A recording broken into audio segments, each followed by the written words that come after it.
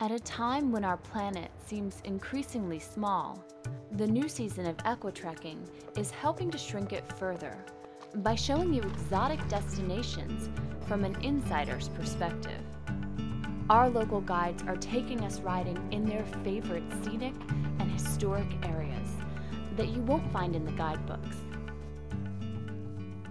Step back in time to ancient villages in central Turkey,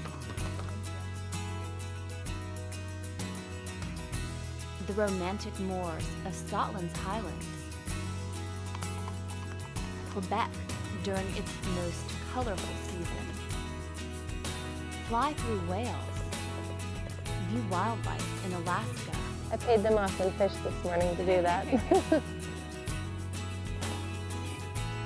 And more on a new 4th season of Equitrekking.